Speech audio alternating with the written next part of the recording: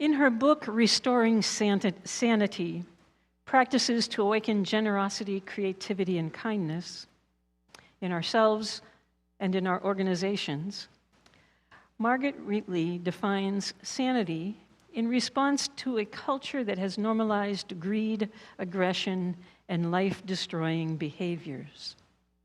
These behaviors often invite chaos and perpetuate injustice in a world often described as crazed or crazy. With respect to the mental health community, I prefer to call them islands of possibility.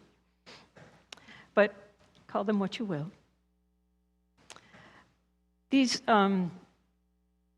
So according to Wheatley, sanity is seeing clearly, free of filters, judgments, and biases. When we see what's going on, we can discern what actions might be useful. Sanity, by this definition, creates possibilities. Wheatley asserts we must intentionally create islands of sanity, communities where generosity, creativity, and kindness are the norm, because the current culture cannot create these conditions for these behaviors, even though they are natural to the human spirit. She claims we must set ourselves apart from the destructive dynamics, policies, and behaviors afflicting people on the mainland. There is no other way, she states, to preserve and protect our best human qualities.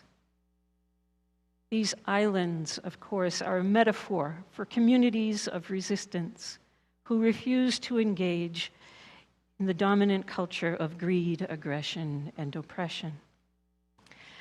Rather, islanders choose to create conditions for more people to realize their best human qualities. Wheatley refers to these islanders, if you will, as warriors for the human spirit. Warriors for the human spirit are awake human beings who serve as beacons of an ancient story that tells of the goodness, generosity, and creativity of humanity. They possess only two weapons: compassion and insight. And you will know them by their compassionate presence. Nobel laureate Ilya Prigozhin tells us, when a complex system is far from equilibrium, small islands of coherence in a sea of chaos have the capacity to shift the system to a higher order. May it be so.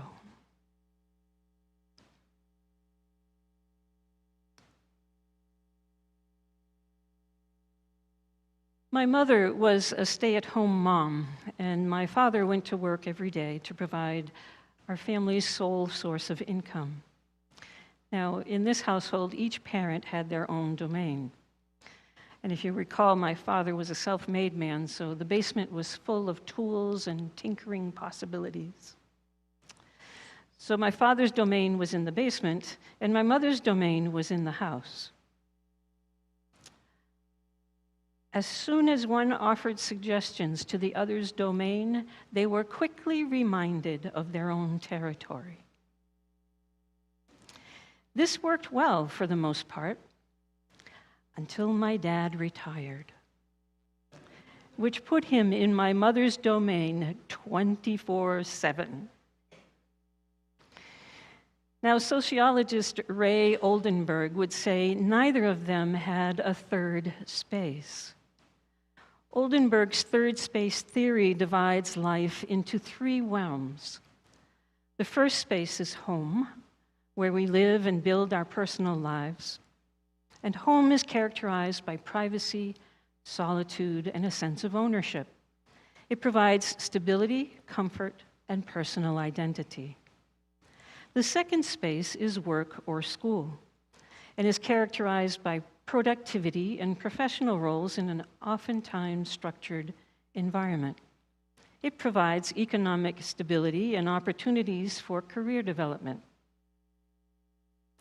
A third space, Oldenburg argues, is needed to create a balanced, resilient life. Third spaces provide a platform for people to meet, engage in conversation, and form meaningful connections with others outside their immediate social circles of home and family. My mother didn't develop a social life until after my father died. She started going to church activities during the week with her sisters and joined a group of women in the neighborhood who played cards for penny candy.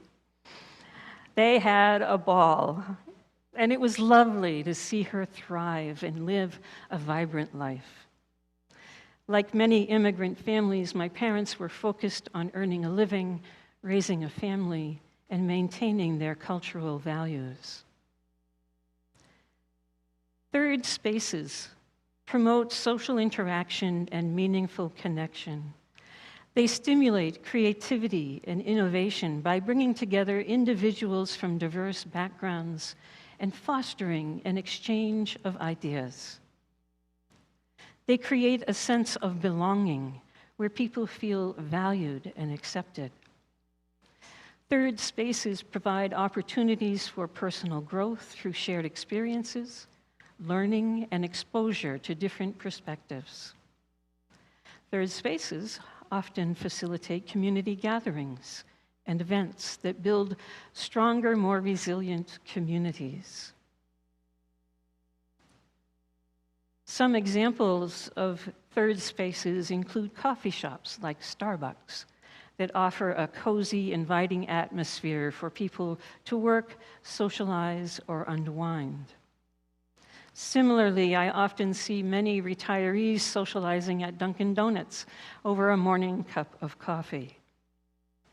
Bookstores and libraries are also intellectual hubs that host events, workshops, and offer a quiet space for reading.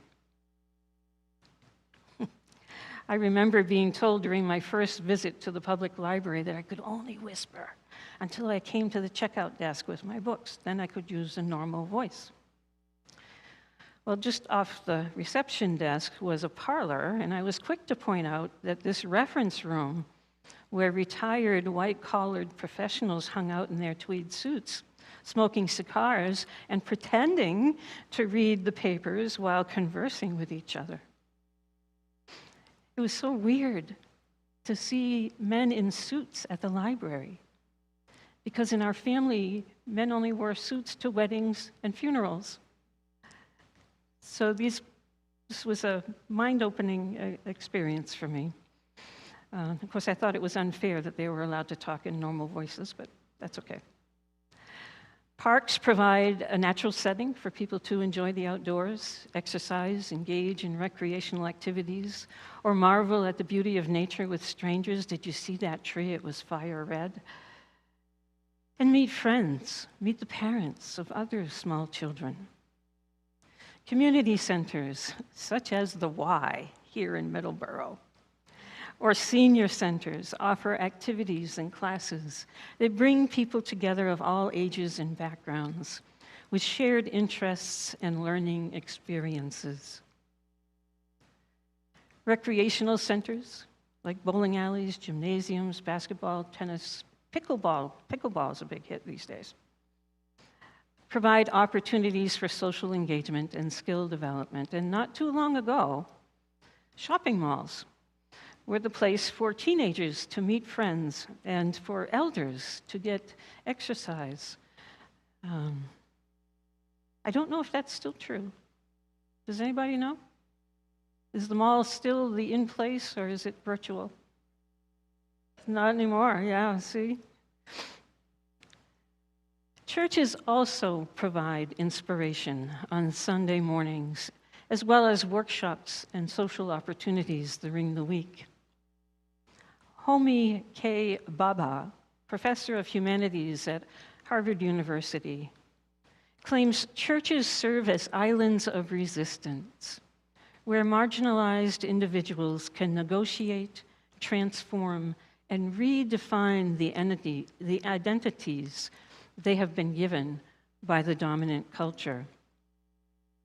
In such a third space, community members question authority, seek to reposition people in new power dynamics, and create new forms of social organizations that promote personal agency in the construction of cultural norms and practices. And this, I think, is where we find ourselves. As Unitarian Universalists, it's sometimes difficult to evangelize a faith tradition that does not espouse a creed, a loving God, or the promise of salvation. We can, however, call ourselves an island community where generosity, creativity, and kindness prevail in what is often described as a ruthless environment. Many authors note, while third spaces are essential to strengthen communities and foster well-being, they face many challenges in an increasingly digital and privatized world. Parents must limit screen time for their children so they can play outside or engage with their peers to develop social skills. Yet third spaces are emerging in online communities. Virtual spaces, for example, enable Muslim women to renegotiate their identities as a form of resistance to the dominant culture. Meetups and communication platforms like Discord serve as comprehensive social hubs that connect users based on common interests. There are also meetup apps that bring together people with shared interests such as book clubs, board games, health and wellness, hobbies, outdoor adventures, parents of toddlers. The list of online social opportunities is endless. Whatever form third spaces may take, their purpose remains the same: fostering connection, building community, and supporting personal growth. As warriors for the human spirit, we cannot do this work alone. We need to come together to serve as beacons of an ancient story that tells of the goodness, generosity, and creativity of humanity. In island communities, we develop the strength and capacity to contribute to this time in positive, meaningful ways.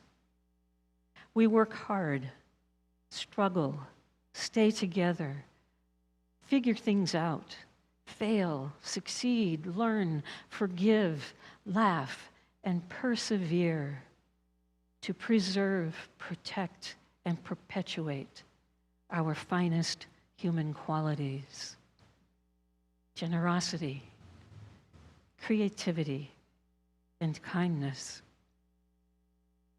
It is in these sanctuaries of possibility we find the hope and courage we need to make the world a better place.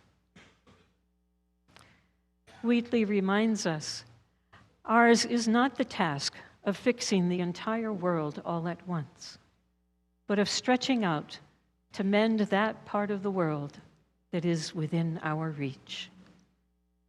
May it be so.